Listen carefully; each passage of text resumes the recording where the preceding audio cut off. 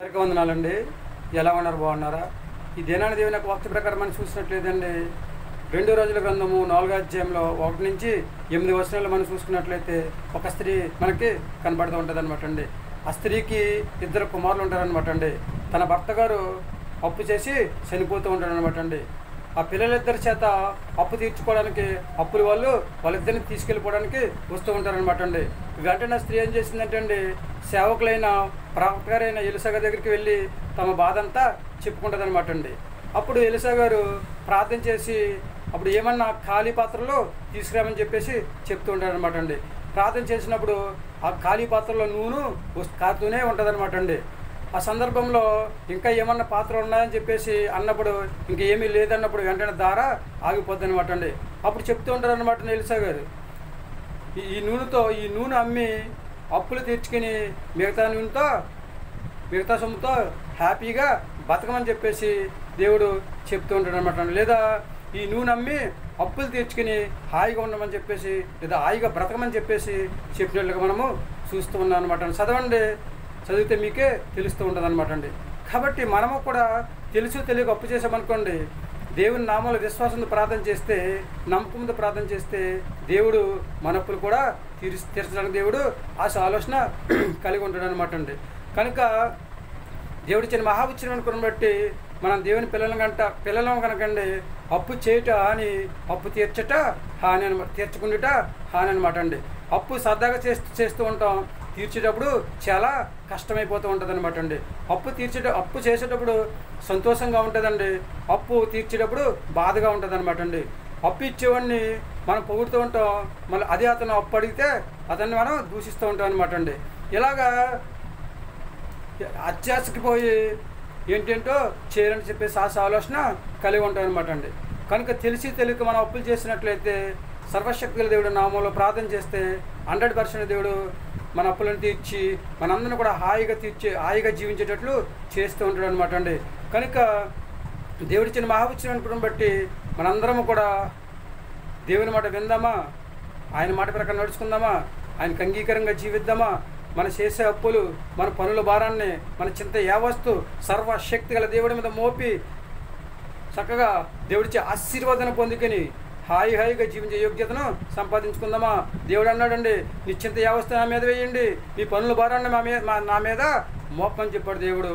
కనుక దేవుడిచ్చిన మహావిచ్చిన అనుకుని బట్టి మనందరం కూడా దేవుడి పిల్లలు కనుక దేవుని నామములో ప్రార్థన చేద్దాం. నిరుత్సాహపడకుండా చక్కగా దేవుడిచ్చే ఆశీర్వాదాన్ని సంపాదించుకుందాం.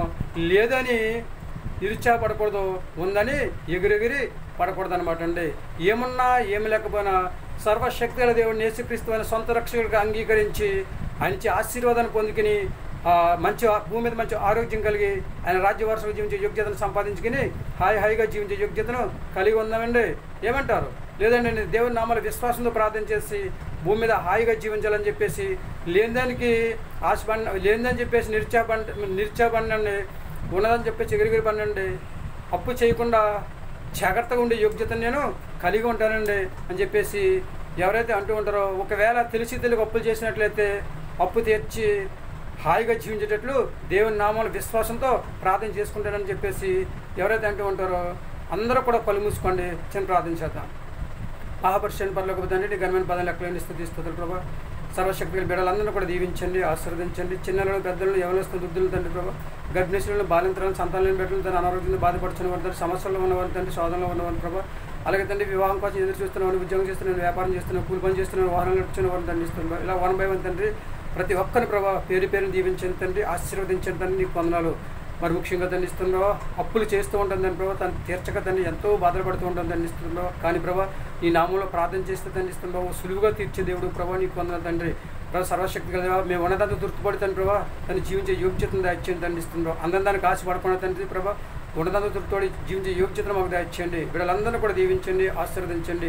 ఎవరు కూడా అప్పులు చేసి బాధపడకుండా దండిస్తున్నావా, హాయిగా జీవించే యోగ్యతను దాయిచ్చేయండి. ప్రతి ఒక్కరికి ప్రభావ మంచి ఆరోగ్యం దాయిచ్చేయండి. నీ కృపచేత బలపరిచి నీ దివ్యమైన ఆశీర్వాదాలు పంపించమని తండ్రి మరొకసారి మమ్మల్ని అందరినీ కూడా దీవించి ఆశీర్వదించి ప్రభా చక్కగా తండ్రి ప్రభా మాకు మంచి ఆరోగ్యం ఇచ్చి విశ్వాసంతో నమ్మకంతో ప్రార్థన చేసుకునే యోగ్యత ప్రతి బిడ్డకి దాయిచ్చేయమని మా ప్రార్థనలకు ఇస్తాను. మా ప్రార్థన బలం దాయిచ్చేయండి. మా కొరకు యేసుక్రీస్తు ప్రయాసమైన వేడుకొంచున్నాం తండ్రి. ఆమేన్. అందరికీ వందనాలండి. తిరిగి ఆశీర్వాదాలు మీకు తోడుగా ఉండను గాక. దేవుడు మిమ్మల్ని దీవించి ఆశీర్వదించను గాక. ఆమేన్. దేవుడు ఇచ్చిన మహావచనాలను బట్టి దేవుడు మనందరిని కూడా దీవించి ఆశీర్వదించను గాక. మనందరిని కూడా అప్పు చేయకుండా ఉన్నదంతా తృప్తిపడి జీవించే యోగ్యత దేవుడు మనందరికీ దయచేయను గాక. ఒకవేళ తెలిసి తెలియక అప్పులు చేస్తే అప్పులు దేవుడు తీర్చే హాయిగా మనందరిని కూడా జీవించే యోగ్యత దేవుడు మనందరికీ దయచేయను గాక. ఆమేన్. ఏమంటారండి? మీ ఆలోచన మీదే. వింటారా దేవుని మాట? చేస్తారా విశ్వాసంతో ప్రార్థన? జీవిస్తారా దేవునికి నమ్మకంగా? ఏమంటారండి?